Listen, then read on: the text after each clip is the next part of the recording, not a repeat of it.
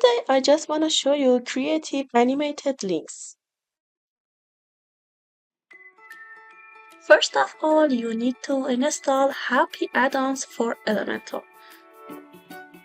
Today I use two widgets. The first one is Advanced Heading. I start for customizing that.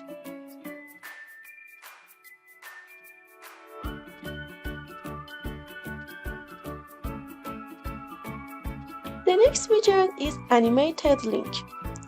I drag and drop one of them and I start for duplicating.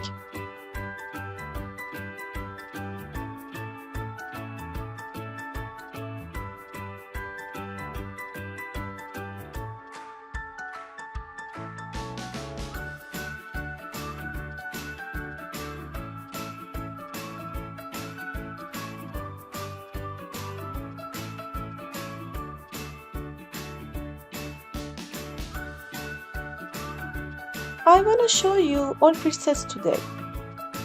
So I choose the different presets for every link.